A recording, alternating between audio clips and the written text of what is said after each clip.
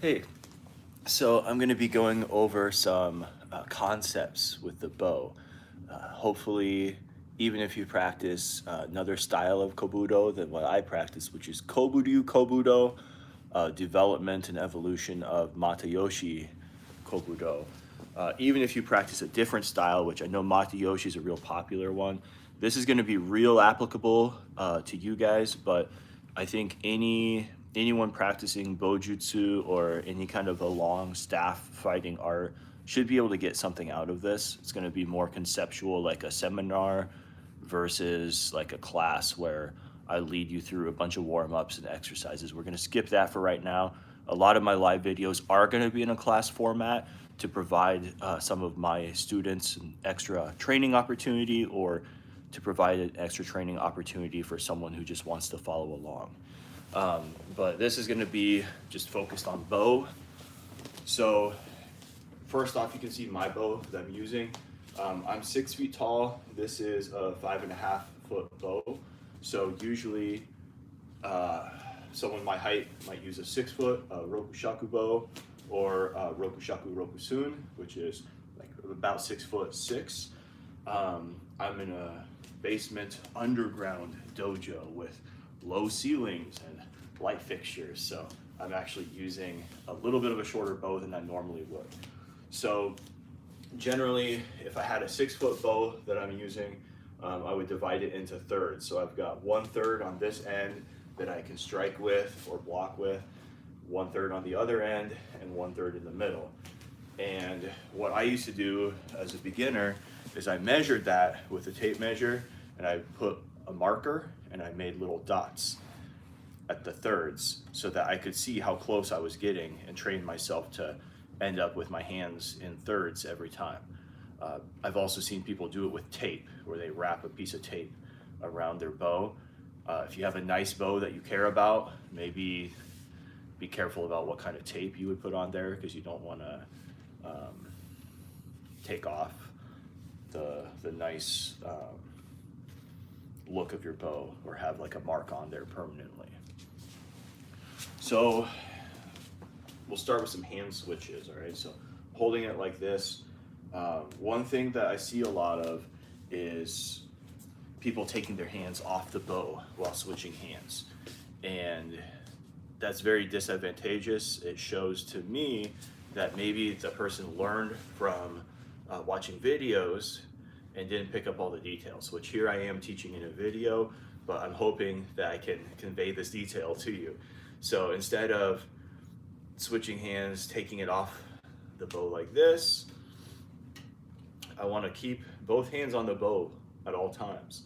So I'm going to keep the grip with my thumb, fan my fingers over, and then bring my thumb around. Then bring my thumb over on the other hand and fan my fingers around like that. So I bring my fingers over, keep the grip with my thumb, switch the thumb, thumb, fingers, fingers, thumb, thumb, fingers. And eventually you can get pretty quick with it. Fingers, thumb, fingers, thumb, fingers. If you do a lot of this, you could actually get a really good workout for your hands, and your forearms can actually get some good exercise from doing that. So that's the first way of switching your hands.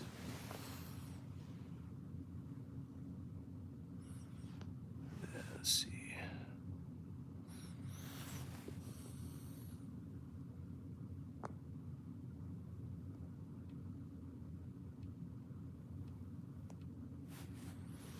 I'm trying to see. I don't think anybody's commenting at this point because I don't have anybody watching, but I should probably take a look and try to figure out where the comments are going to be when there are some. All right, so the other way of switching hands that we do is where we slide our hands towards each other, and in the middle, both hands open, and then re-grip. So slide together, both hands open, and re-grip. And you can practice slide switching like that. In katas, a lot of times we would, after a strike, we would actually slide switch like this, boom, and extend out to keep your opponent at bay. Now your bow is on the other shoulder. Comes out, strike, do your slide switch, boom. Come out, guarding, and hit like that. So that's less secure than this hand switch because you're actually having to loosen your grip. And what would happen if your bow were to get hit by an attacker right as you're doing this, one, neither hand has a great grip, so it could knock it out of your hands. But two, even if I manage to grip it, now maybe I have a narrow grip on my bow and I don't have the ability to hit very hard with the leverage. So I talked about those thirds, holding it in thirds. Holding it in thirds gives me this fulcrum point here where I can use the lever to be able to punch out with my bow, to be able to pull, punch, and create those opposing forces when I strike. So it's pretty undesirable for me to end up having to catch my bow here and use it like this because I don't have as much force. I do see a lot of people who practice like maybe baton twirling with the bow. You know, I'm gonna kind of dump on some other styles right now, which I try not to do, but a lot of times you see people with a bow and they're doing a performance, right? They're doing more the art side of the martial art versus the actual martial side. And so they'll grip their bow really tight and they'll do these little whipping strikes like this. But if you look at any full contact sparring with bows where people put on the protective padding or they're using padded bows, you find out pretty quick there's a big difference between somebody holding the bow and being able to deliver a full power strike where they're pulling with the other end versus somebody holding their bow this way and hitting like that. And a lot of times when you're using a weapon, then that first good hit where you just clock somebody really hard in the head or some other vital target, even just hitting to the ribs really hard, that might take enough fight out of somebody that it gives you an advantage and you're able to finish the fight. And so it becomes a very one-sided altercation at that point once somebody has landed a very definitive strike with a weapon. So something to keep in mind. Also, you know, here you don't have as much grip, so if it does, it would be easier to knock it out of your hand if you're trying to spin your bow around. So I don't really like seeing the bow used like that. A little bit of a reality check when it comes to the grip switching though, is you probably wouldn't switch your grip in the middle of a fight. What happens when you're fighting with a weapon in a battlefield type situation is it's very stressful. Your body's gonna undergo an adrenaline response. You're having to grip really tight.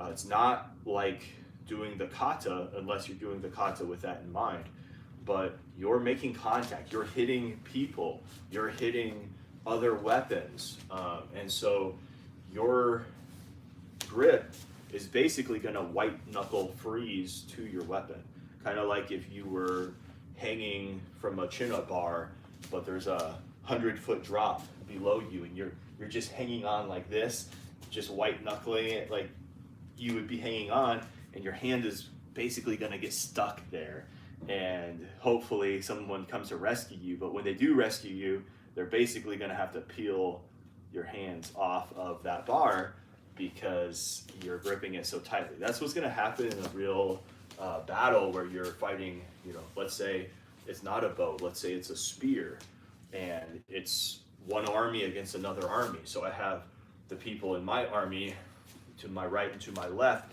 and we're fighting and we're, you know, going at it with these spears, attacking the enemies and fighting. And let's say I deal with this person in front of me, and then I move forward and I deal with the next person. I'm not gonna have, you know, my arms are gonna fatigue. I'm not gonna be able to be, you know, switching my hands as much. There might come a point where maybe this arm gets hurt, and I've got maybe I'm not in the front lines for a second, so somebody else is in front of me fighting, and I'm getting ready to go into the next thing, where maybe, maybe I do switch my grip so I can lead with the arm that's more fresh or less injured, something like that. So there's a time and a place for switching. In the kata, we're really switching because we want to practice the movement on the other side. So you would not, under pressure, you're in the middle of a fight, maybe you back them off a little bit, you wouldn't suddenly switch your grip probably. Seconds, milliseconds count in these fighting situations. So there's probably not going to be a lot of grip switching. I don't think you would do a strike and then suddenly slide switch your grip to come with the other strike. That's not reasonable. What it is you're going to practice movements on both sides in the kata. So there's places where you want to transition that grip. When you transition your grip, you want it to look nice. So again, we're getting back into the martial art, where that's the art side of things. If it's predominantly martial, it needs to make a lot of sense and be effective, but that doesn't mean that you want your kata to look like trash by, delivering this perfectly powerful strike, and then all of a sudden, now you're going to switch your hands like you have no attention to detail or no focus.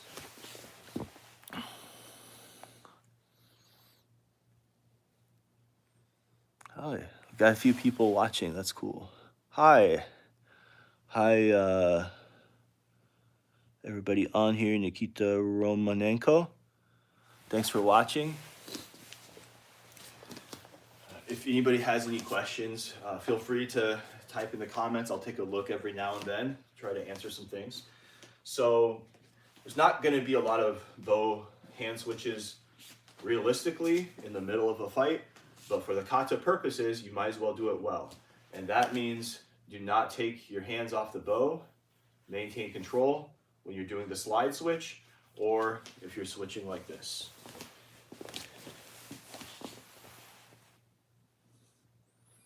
What is this craziness?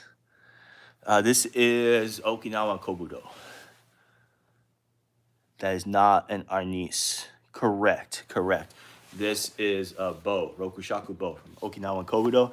Arnis is your Filipino stick fighting.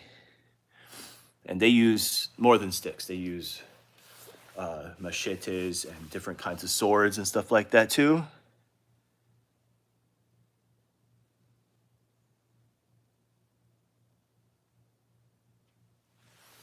All right. So I'm going to get a little bit into, we talked about these hand switches. I'm going to get a little bit into some applications for how you would use some of the movements in Shushinokun.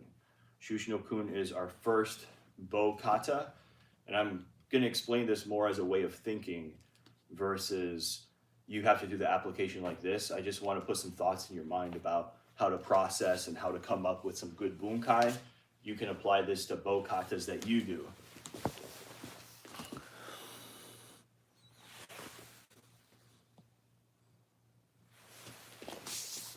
All right.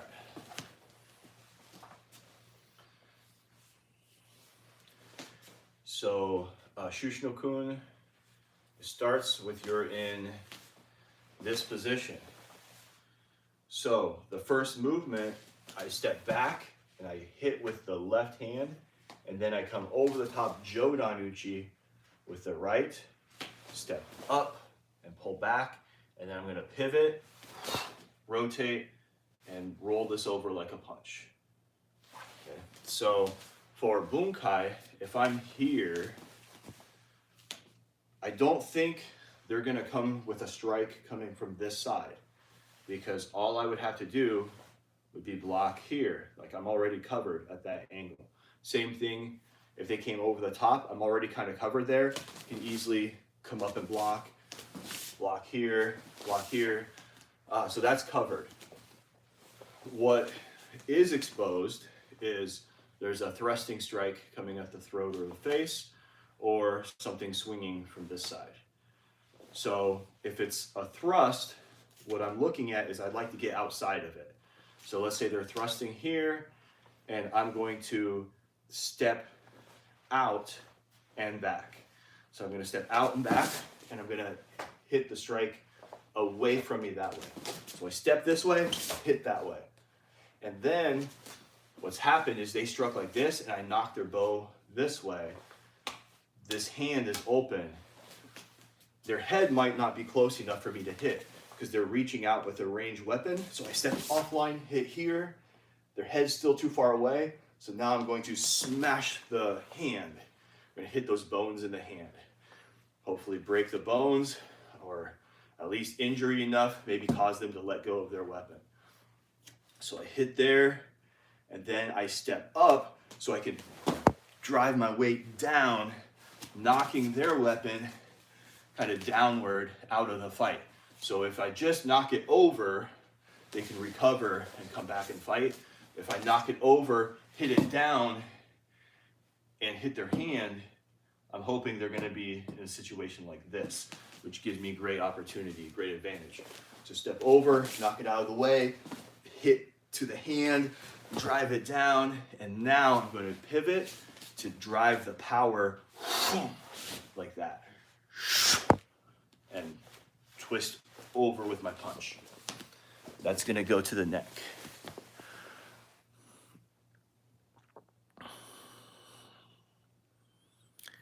All right, so the alternative would be, let's say they're swinging it this way, and instead of stepping over and outside, I'm actually going to step back.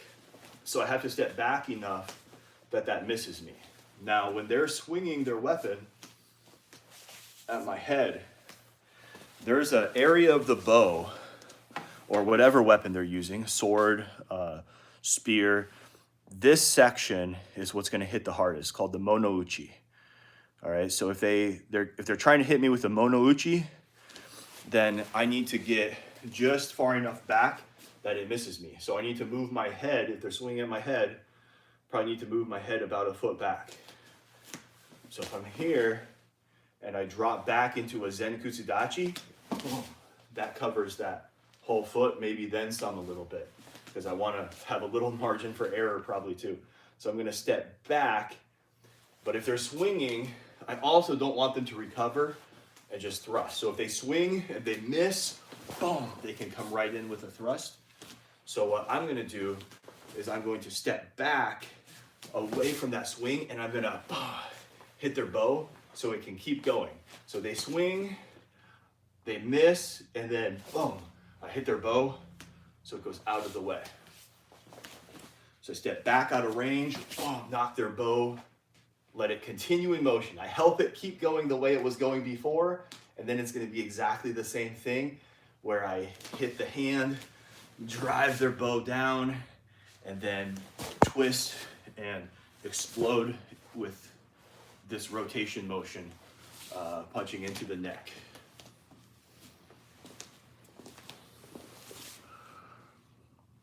So that's going to be the first movement. From there, so I just finished that. Now I'm going to pivot, Geidan, Nuki, Agi, Kubyuchi.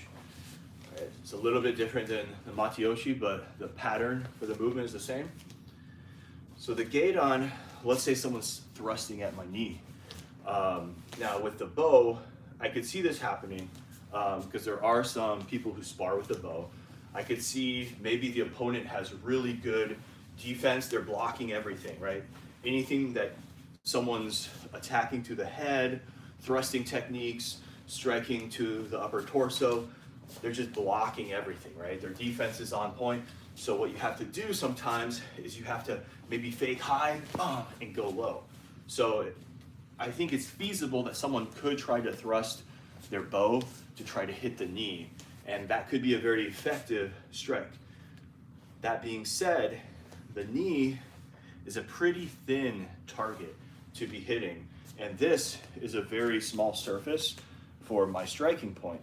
And that means if I'm striking a moving person and I'm trying to connect it so that the tip of my bow hits their knee, there's a lot of possibility of it missing or just skimming off there. So what I tend to visualize is maybe it's not a bow. Maybe my attacker has a weapon I've seen that has kind of that crescent moon that goes here. It's like a sharp crescent moon blade where it just goes across like this. And if that got thrust into your knee, it would hit and it would cause real damage. Also, you could view it as like a trident. So if you have like a point here and a point here and a point here, and you thrust that into somebody's knee, there's a good chance that one of those points is going to be able to hit their knee and put them out of commission.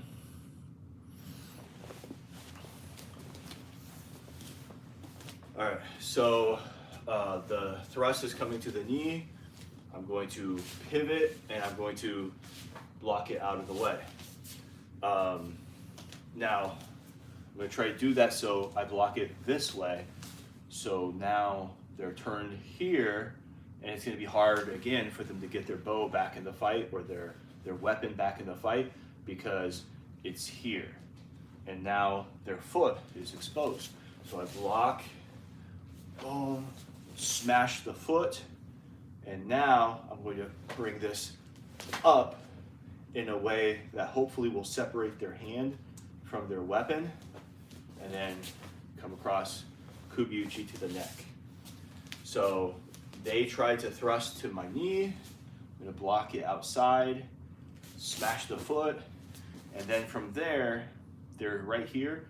When I bring my bow, the other end of my bow up, I want to lodge it between their hand and their bow, kind of lever it away with a sharp smash the foot, and try to disarm them by breaking that grip, and come Kubiuchi off the back foot. From there, I'm going to move, well, there's another application I could see to that also. So that is, it's going to change things a little bit, and that is they're swinging something at my knee.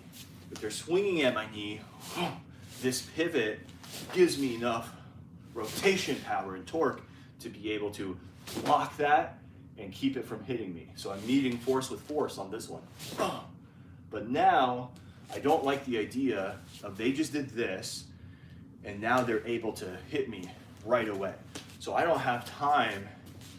I'm taking too much of a risk to try to hit their foot and expose my head to an incoming strike. All right, so I'm not going to hit the foot on that one. Boom. I'm going to go here, and then I'm going to try to come in like I'm going to strike, but probably they're already coming with the other side. So I'm going to block that and then do my strike.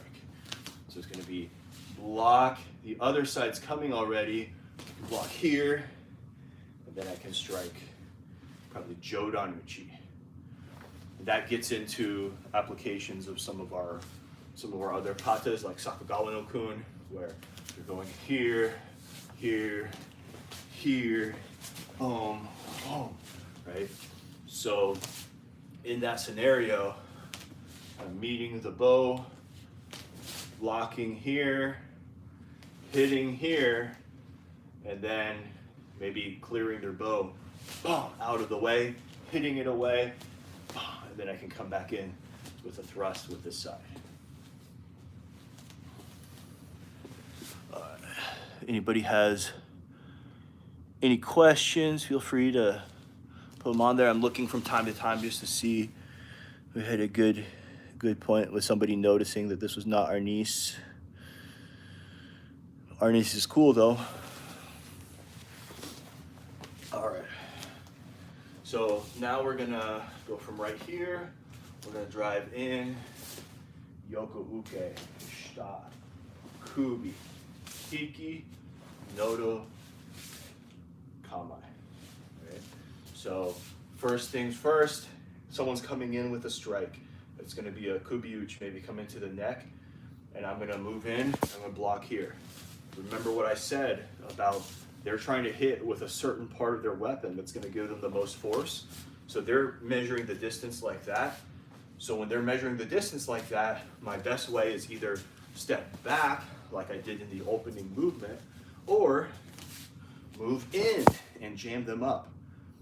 So now I've locked, our bows are in contact with each other. I'm gonna go straight from here to coming in and hitting them in the head. Remember what I said, that first solid definitive strike that hits a vulnerable target is likely to determine the outcome of the fight, because now one person has a clear advantage of the other one. The person who just gets smacked in the head and they're seeing stars and they're dizzy, that person is not going to fight as effectively as the person who now feels they have the advantage and is going to come at them hard. So you're here, boom, you hit them in the head. From there, you can hit their head and hit their bow. Then come in with your kubi strike.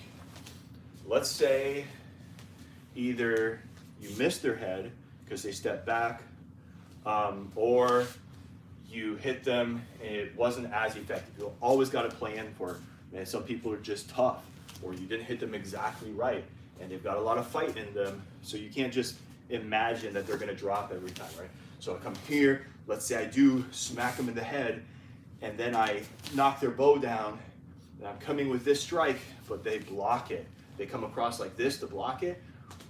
Boom, they block this one, but then I sneak that thrust in like that.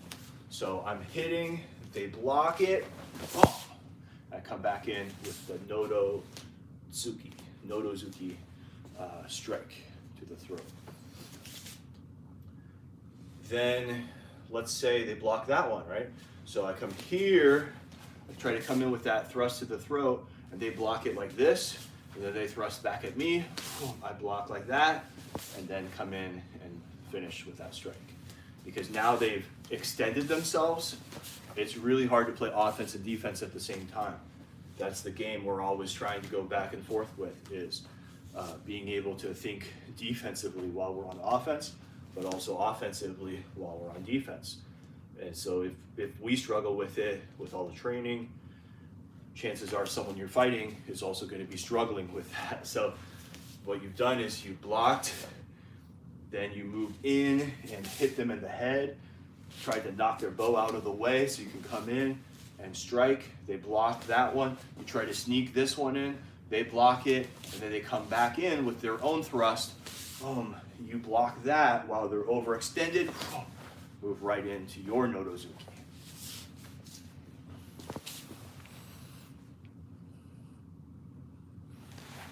All right. Next one we'll do is this gate on block. So they're coming swinging at your leg. I'm gonna block like this, meeting that force with force for this one, and then maybe they're coming striking at your head with the other side. So you're gonna step back and block that. But once you block it, now maybe I want to knock that out of the way and come in with my own thrust. So I can block, and from right here, since I've already blocked this, now I can hit it out of the way and move in with Nodozuki strike. All right. The next thing I think would be important from an application standpoint is there's a movement here where I'm going to drop offline like this and hit like this. So what I'm doing there, my back is turned, but I realize that someone's swinging something at me, and maybe as I turn, I catch that coming out of the corner of my eye. I see someone swinging something at me and drop my head offline so it misses me. All right, I could, after doing that, just come right in with a strike. But just like before, I'm just gonna swat it so it continues in motion. So the same way that someone was swinging something at me here, and I adjusted my distance by stepping back so it misses, but then I still hit it to knock it in that direction to give me more opportunity for my opponent to be off balance and exposed and open to my counter. It's going to be the exact same thing here, where I'm going to drop offline out of the way. they miss, boom, I'm gonna knock their bow or knock their weapon so it continues in motion, hopefully unbalancing them, making it harder for them to just recover. Boom, then I'm gonna come back with the kubyuch to the neck. And then from there, boom, I can bring this side like before, I can bring this side over, bang, and try to knock their weapon down, and then come in with a thrust with this side. Boom. So drop out of the way, boom, come in kubyuch, knock it down, and thrust.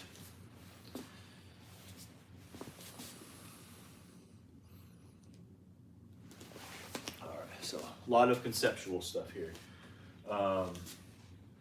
Next thing would be from here, the neko ashidachi, the kamai, step over, drop my bow down, from here, shita, kubyuchi.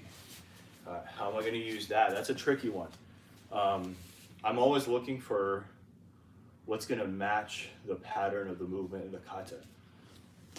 So again, I think we're looking at somebody has done a thrust, and I'm gonna move my foot this time because it's just kind of a reaction, right? So they're thrusting on my leg, I'm like, whoa, and I try to block it and catch their weapon here.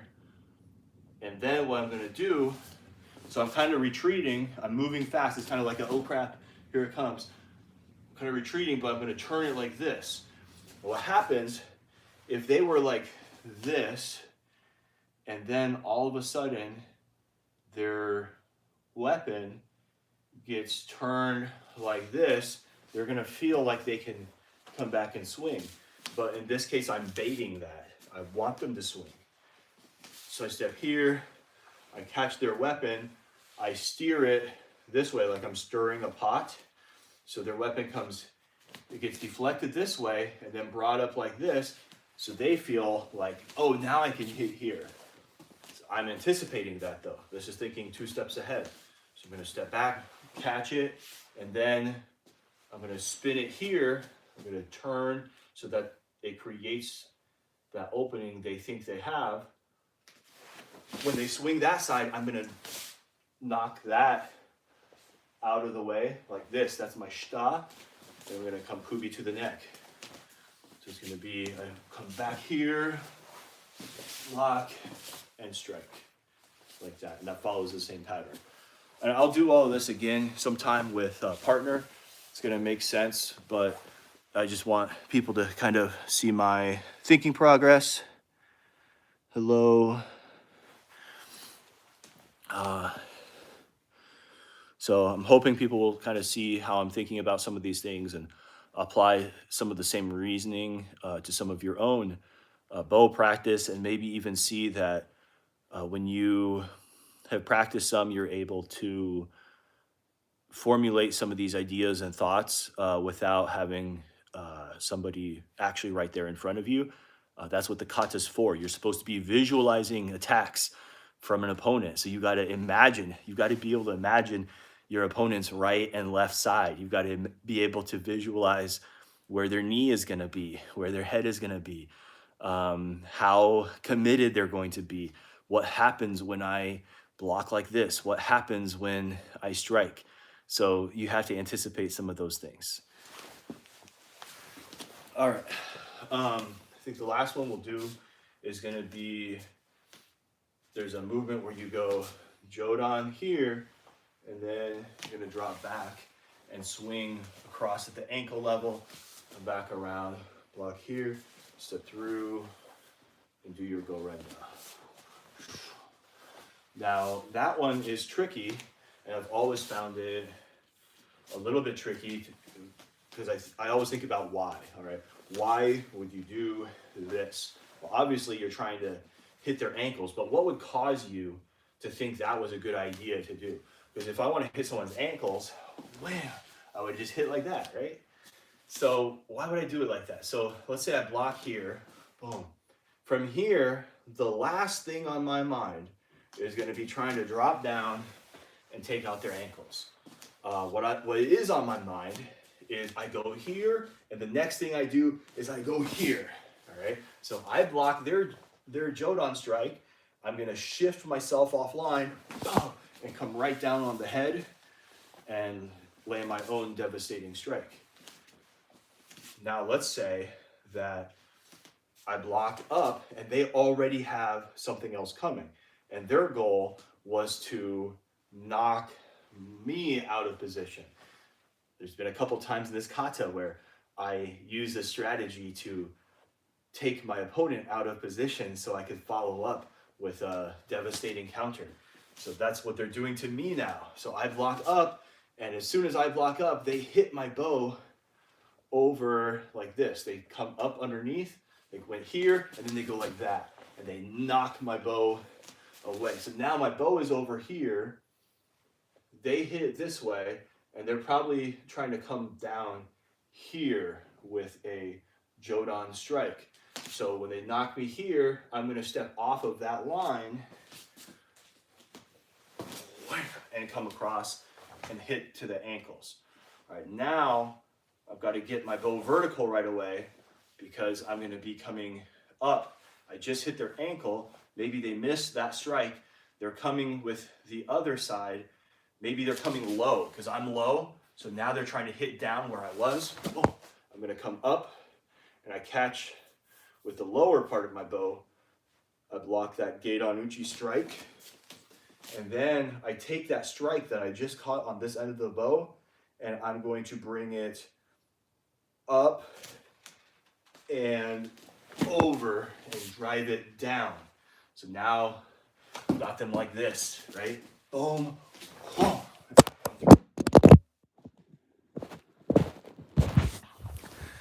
Just like that, all right? Very powerful. Sends the whole room spinning, including my recording device. So that was fun. But yeah, you get the idea. They hit, I block, they knock my bow away this way. I feel vulnerable to this strike coming here, so I step offline, take out the ankles. They're coming down with a strike low because I'm low.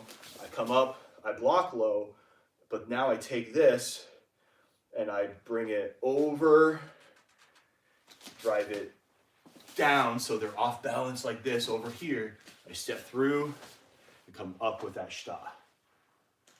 So that's essentially the bunkai of Shushinokun as I would explain it, the way that I would think is the most basic way.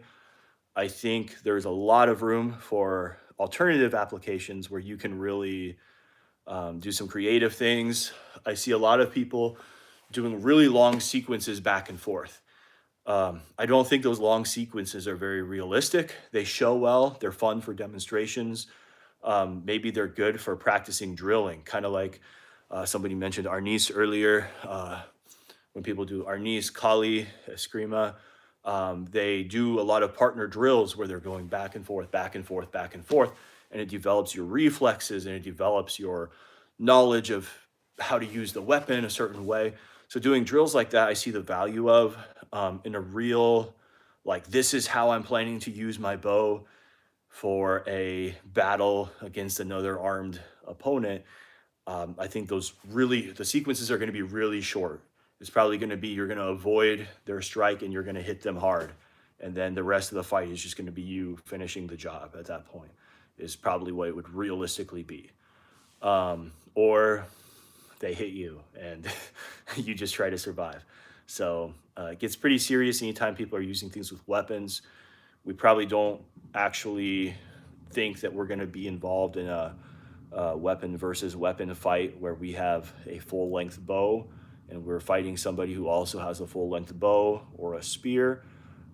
You certainly could have a hiking stick or a walking stick that is almost full bow length, maybe 5 feet long, and you might be up against somebody swinging a baseball bat at you or a machete or something like that.